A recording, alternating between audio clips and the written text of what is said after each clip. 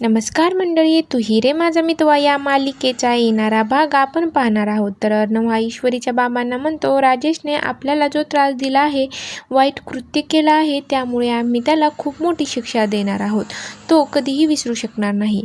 तर ईश्वरी म्हणते, राजेश त्याची सर्व भूतकाळ विसरल्याचं नाटक करतोय ना, तो वापस परत येण्याची आम्ही वाट बघत आहोत. तुम्ही याची काळजी नका करू. तर इकडे राजेश हा पाहतो की बाळ हे रडतंय. तेव्हा तो म्हणतो की ह्या तर गाढ झोपेमध्ये दिसत आहेत. तर तो आवाज अर्णव आणि ईश्वरीला येतो. तेव्हा ईश्वरी म्हणते, बाळाचा रडण्याचा आवाज येत आहे, नेमकं त्याचं काही दुखत आहे का?